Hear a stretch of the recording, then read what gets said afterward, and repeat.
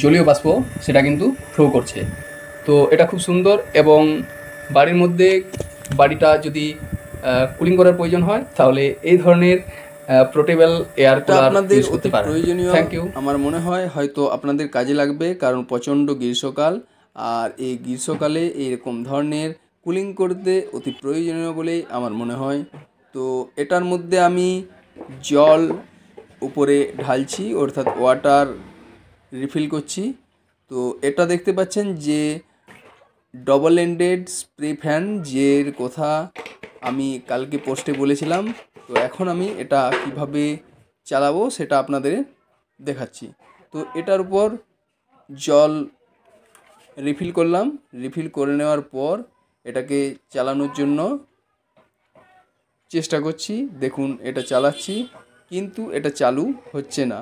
আসলে এটা চার্জ নেই, অর্থাৎ এটা রিচার্জেবল, অর্থাৎ চার্জ দেওয়ার পর এটা আপনি সুইচ অন করলে অটোমেটিক্যালি চলে বা চলার কথা, কিন্তু এখানে এটাতে চার্জ না থাকার কারণে এটা দেখুন কিছুটা ঘোরার পর আর ঘুরছে না। তো এটাকে এই মুহূর্তে চার্জ দিতে হবে। তো আপনাদের আমি চার্জ দেওয়ার পর আপনাদের দেখাবো যে এটা কীভাবে কুলিং করতে পারে একটা উষ্ণতম রুমের ভিতর। তো দেখুন এটা চার্জিং পোর্টে সি কেবল, সি টাইপের। তো এটাকে চার্জে দিলাম, রেড লাইট জ্বলছে। তারপর দেখুন এটাকে আমি অন করার চেষ্টা করছি, দেখুন অন হয়েছে। তো উপরের দিকে দেখতে পাচ্ছেন 3টে নজেল আছে। তো এই 3টে নজেলেই জলীয় বাষ্প স্প্রে হয়।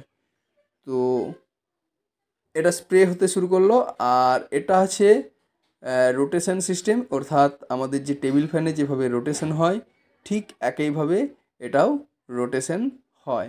অর্থাৎ এটা আপনার 90 ডিগ্রি রোটেশন হতে পারে, অর্থাৎ আপনার রুমের চারপাশটা কুলিং করার ক্ষেত্রে এটা কিন্তু ভীষণভাবে কার্যকরী। তারপর দেখুন এটার মধ্যে বিভিন্ন কালারের এলইডি লাইট আছে, যেটা আপনি রাত্রিকালীন নাইট ল্যাম্প হিসাবেও কাজ করবে, এবং এটার মধ্যে যতক্ষণ ওয়াটার থাকবে ততক্ষণে কিন্তু স্প্রে করবে।